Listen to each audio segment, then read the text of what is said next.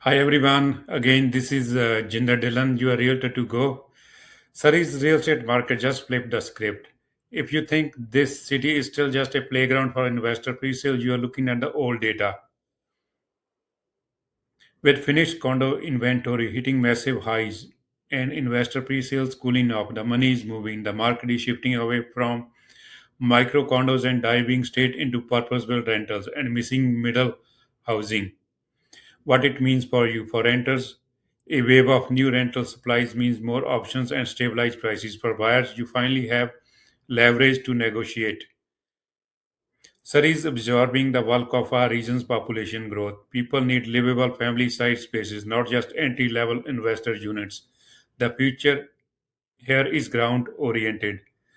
Are you buying the condo dip or holding out of the missing middle? Let me know below.